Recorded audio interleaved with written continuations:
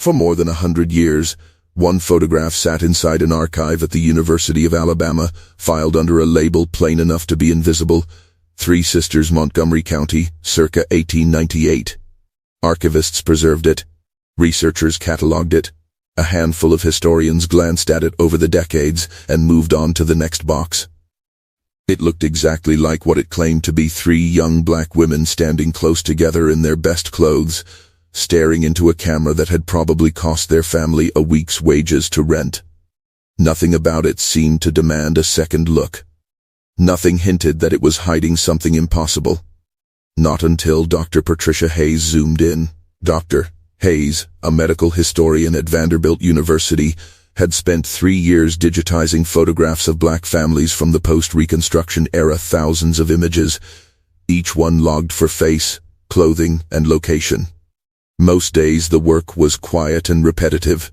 Adjust the resolution, correct the exposure, note the details, move to the next file.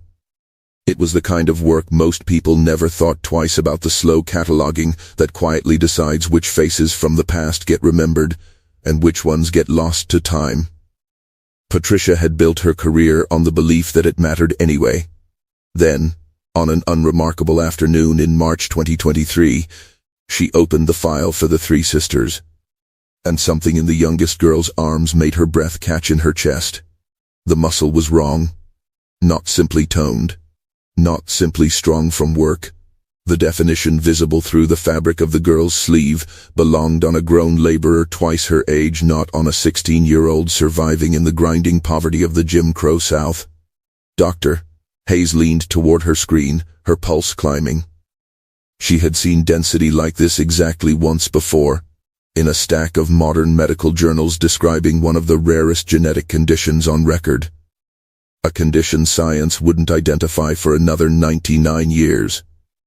If hidden mysteries inside old photographs are the kind of thing that keeps you watching to the end, this is one you won't want to miss. Hit subscribe now, because what happens next will change how you look at every old photograph you've ever seen. The photograph was catalogued as item 4127 in the University of Alabama's Reconstruction-era archive. When Dr. Hayes first opened the file, she ran through her usual routine: confirm the metadata, check the date and location, scan for any damage that might affect preservation. Montgomery County, Alabama, 1898, 3 female subjects, estimated ages 16 to 18. Rural setting. Likely sharecroppers or domestic workers. She made her notes and zoomed in to check the image quality. That was when she saw it. The youngest sister's forearms, just visible below her 3/4 sleeves, showed muscle striations that had no business existing, not on a teenage girl. Not in 1898. Not in a place where chronic malnutrition was simply a fact of daily life. Her shoulders were broader than either of her sisters. Her neck was thicker. Her whole upper body suggested a level of physical development that made no sense standing next to two young women who shared her blood. Dr. Hayes had spent 15 years studying photographs from this exact era. She knew what malnutrition looked like on a growing body. She knew what decades of manual labor did to a person's frame, and what poverty carved into flesh over a lifetime. This wasn't that. This was something else entirely, something she recognized only because she'd seen it once before, tucked inside a handful of modern case studies. A genetic condition so rare that fewer than 100 cases had ever been documented anywhere in the world. A condition that wouldn't even have a name until 1997, 99 years after the shutter clicked on this photograph.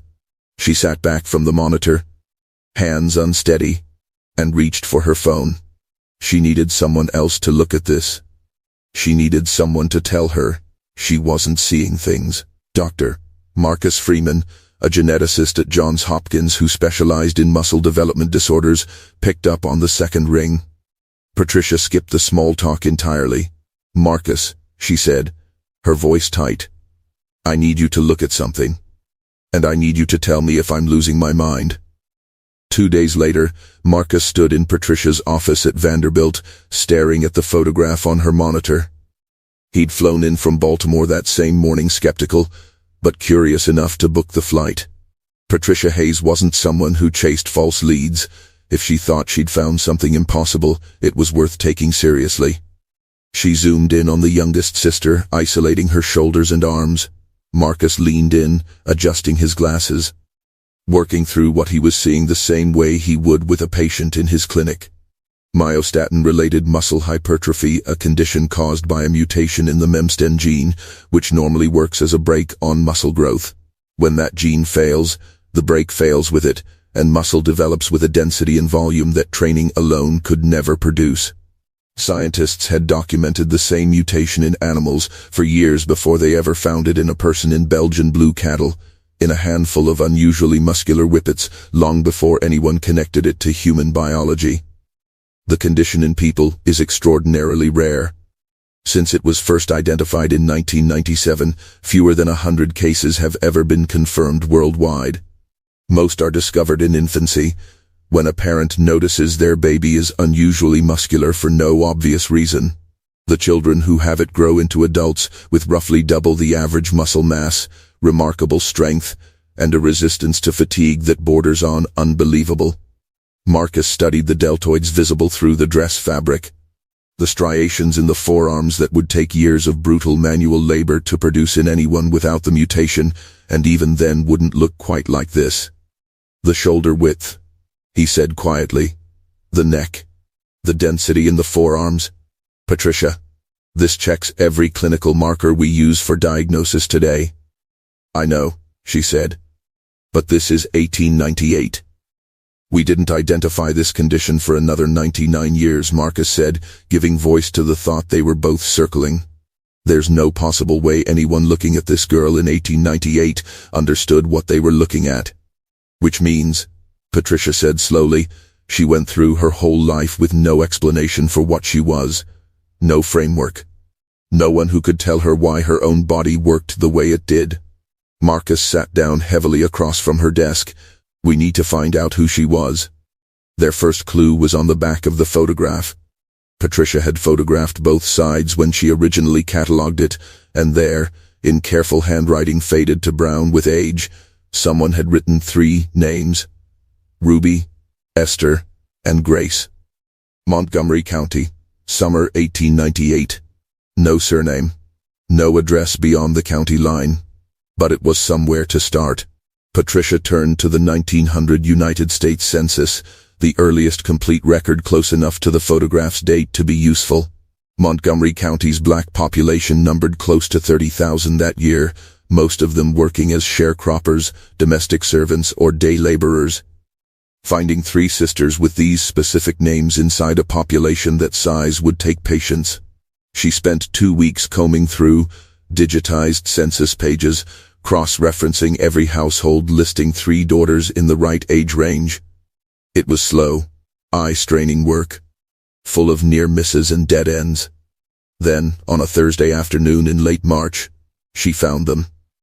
A household headed by Caroline, age 42, occupation, laundress.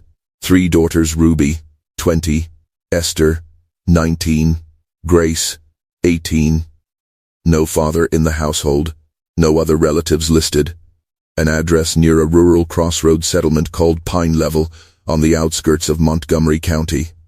Grace, 18 in 1900, would have been 16 in the summer of 1898, exactly the age Patricia had estimated for the youngest sister in the photograph.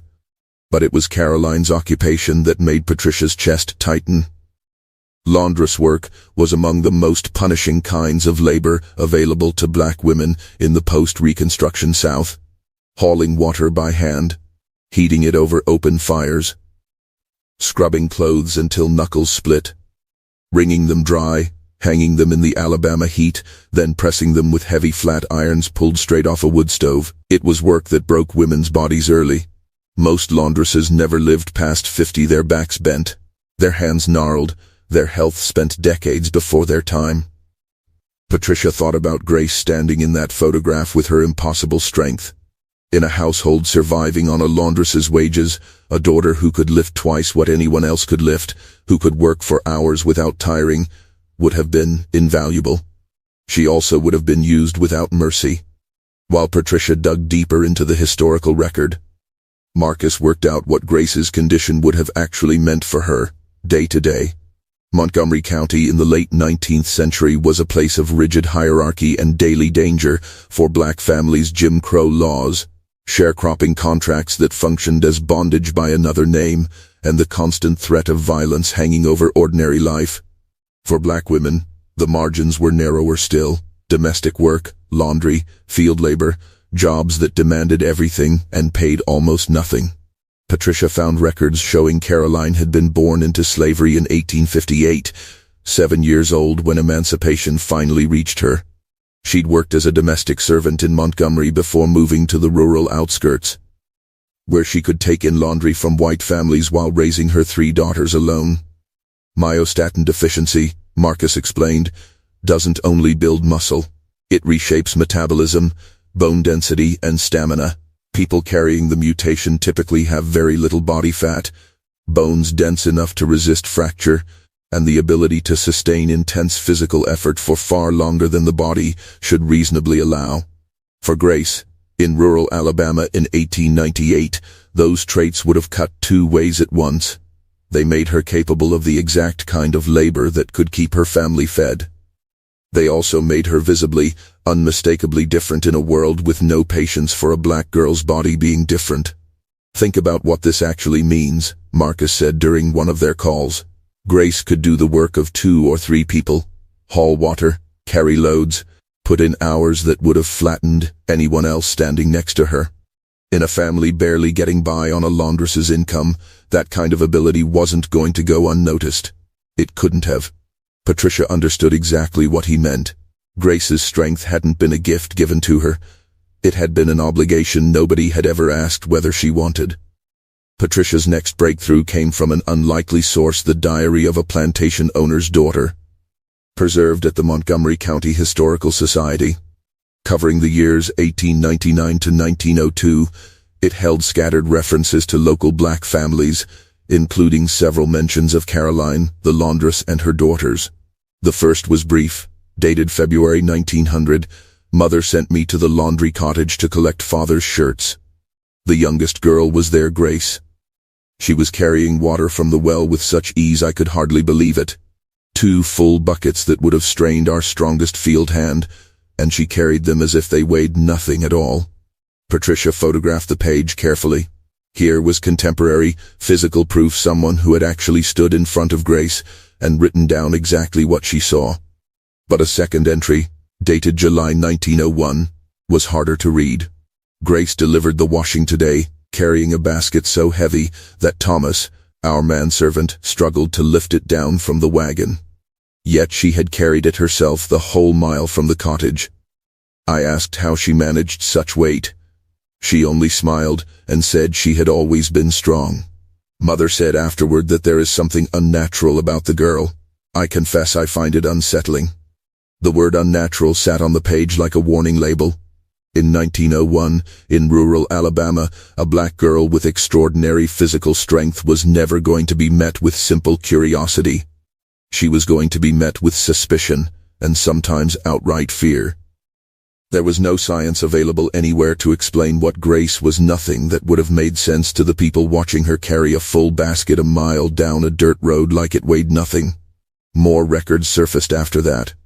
A ledger from a Montgomery County cotton gin listed a worker named Grace employed through the 1902 harvest, with a note beside her name: "Exceptional output. Equivalent to 2 field hands, retained for extended season." Marcus read it and felt the whole pattern click into place. "They were using her," he said flatly. "They saw exactly what she could do, and they took every bit of it they could get." Patricia nodded. The shape of Grace's life was becoming impossible to misread. Her strength noticed, remarked on, extracted, but never once understood, never accommodated, never valued as anything beyond a capacity for labor that could be wrung dry, the same way she wrung out every sheet and shirt that passed through her hands. In 1904, Grace turned up in the records again, this time in an admission log from a charity clinic in Montgomery. The handwriting was faint, the paper water-stained, but the content was legible enough. "Patient Grace, age 22, laundress, admitted for treatment of severe lacerations to both hands, sustained while operating laundry equipment. Patient reports working extended hours to support family. Physical examination reveals extraordinary muscle development in arms, shoulders, and back musculature almost masculine in density. No signs of disease. Etiology unknown. Marcus studied a photograph of the record for a long moment. He's staring right at it, he said, and he has no framework at all to explain it. This is 1904. Genetics barely exists as a field yet. Nobody's going to put a name to what this doctor is looking at for another 90 years. What struck Patricia most was the injury itself. Grace's hands had been torn open. Not through carelessness, but very likely because she'd been applying more force than the machinery in front of her had ever been built to withstand. Her strength had damaged the equipment. The equipment had damaged her right back. 2 years later, in 1906, an employment ledger from a lumber mill outside Montgomery listed Grace as a worker, with a note beside her name, exceptional strength, capable of handling logs that require 2 men, paid standard wage, capable of doing a man's work. Marcus pointed out, for a fraction of a man's pay, and in 1906 Alabama, a black woman's wage was already a fraction of what anyone else in that mill was earning. In 1908, Grace married. Her husband Samuel worked as a sharecropper. The 1910 census held something that made Patricia pause. The household listed Grace and Samuel together, with 0 children born and 0 children living. Myostatin deficiency can affect fertility in some documented cases, Marcus said, when Patricia showed him. Not always, but it's possible. If that's what happened with Grace, it would have been one more way her body set her apart from the life that was expected of her. After 1910, the trail went cold. No further census listings Patricia could find, no death certificate, no property record, no church registry entry, nothing. For a black woman in rural Alabama who owned no land and left no children behind. Disappearing from the historical record, this completely wasn't unusual, but to Patricia, after 6 months spent following Grace's life through scraps and fragments, the silence felt almost unbearable. She widened the search, posting on genealogy forums, reaching out to historical societies across the state, contacting descendants of families who had lived in Montgomery County in that era, and asking if anyone remembered a woman named Grace, who'd been known for extraordinary strength. For weeks, nothing came back. Then, in late September 2023, an email arrived from a retired schoolteacher in Birmingham named Lorraine Mitchell. The subject line read, "I think my grandmother knew Grace." Lorraine's grandmother, Beatrice, had grown up near Pine Level in the early 1900s and died in 1989 at 94. After telling her family stories for decades about a woman who'd lived nearby. "My grandmother used to talk about a woman named Grace who could do things no one else could do," Lorraine wrote. "She said Grace could lift a wagon wheel on her own, that she worked the fields right alongside the men and never seemed to tire. But grandmother also said Grace was lonely. People were afraid of her strength, or jealous of it, or both. She said Grace was kind, but she kept to herself. She died young in her early 40s, grandmother thought. Just worn out. Despite all that strength." Patricia read the email 3 times before her vision blurred. Worn out, despite all that strength. It was the whole of Grace's life, folded into a single sentence. Working with Lorraine over the following weeks, Patricia and Marcus pieced together the rest of what Beatrice had remembered. Grace had kept working straight through the 1910s, always physical labor, always pushing her body past what should have been possible for anyone. She stayed married to Samuel for the rest of her life. He outlived her by several years, passing in 1928. But as Patricia traced the lives of Grace's mother and sisters forward, a second pattern emerged, one that reframed everything she thought she understood about the photograph. Caroline, the mother, lived to 68. For a laundress of that era, this was remarkable. Most died decades earlier, their bodies broken by the work itself. By 1905, though, Caroline's listed occupation had quietly changed from laundress to keeping house, typically a sign of retirement. Property records showed she owned a small house of her own, unusual for a black woman in rural Alabama at the time. Someone had made that possible. Both of Grace's sisters married by 1905. Ruby married a carpenter and had 5 children. Esther married a schoolteacher and had 4. Both families appear steadily in census records through the 1920s and beyond, building households, raising children, building futures none of them could have counted on a generation earlier. "Look at the timeline," Patricia said to Marcus.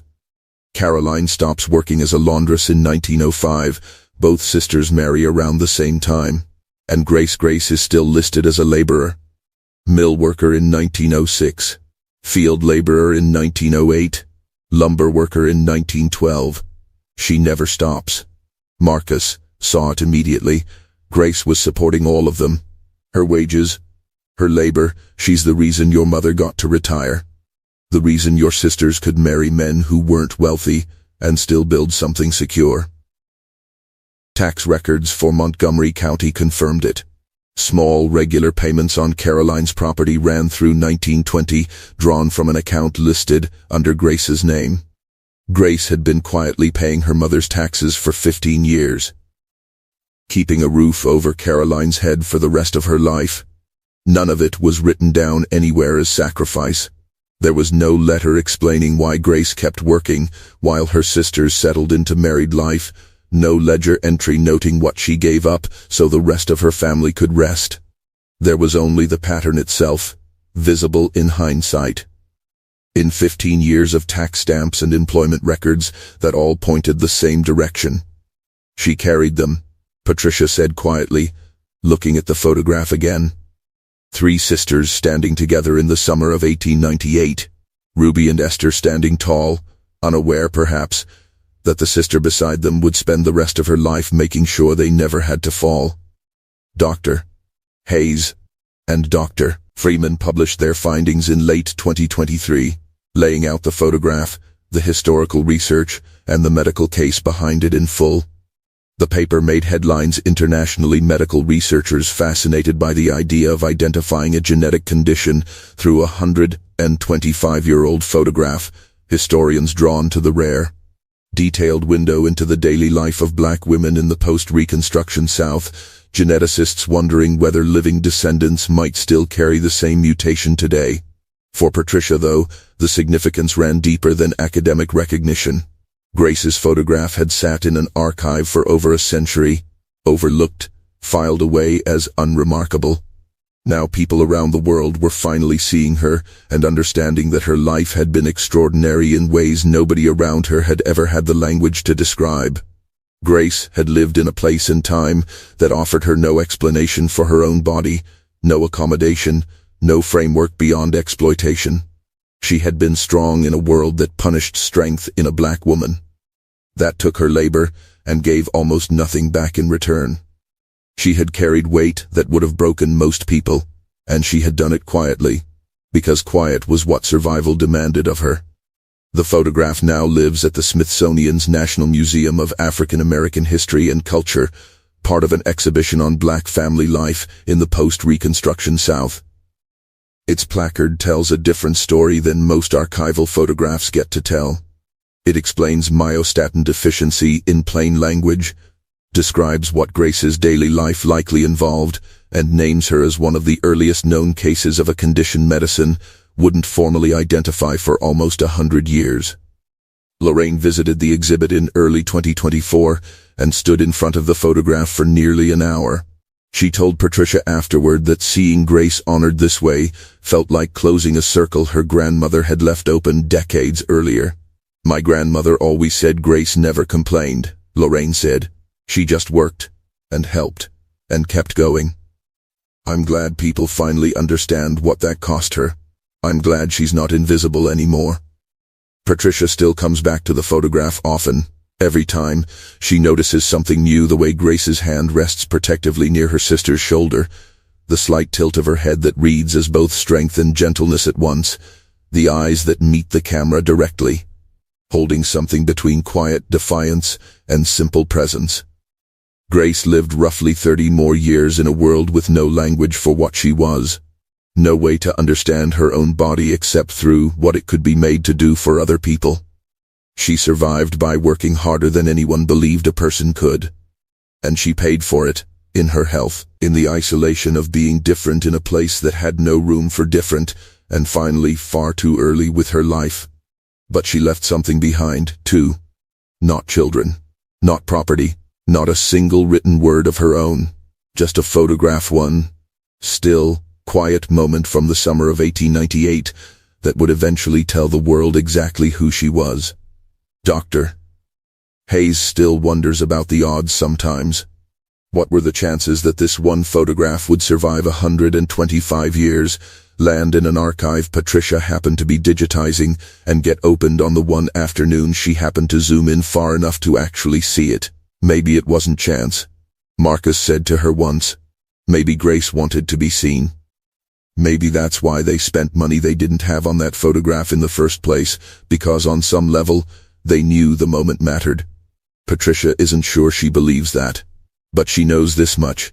Grace stood in front of that camera in the summer of 1898, in rural Alabama, in the heart of Jim Crow America, and let herself be captured exactly as she was, strong, different, unbreakable. And 125 years later, the world finally looked closely enough to see her.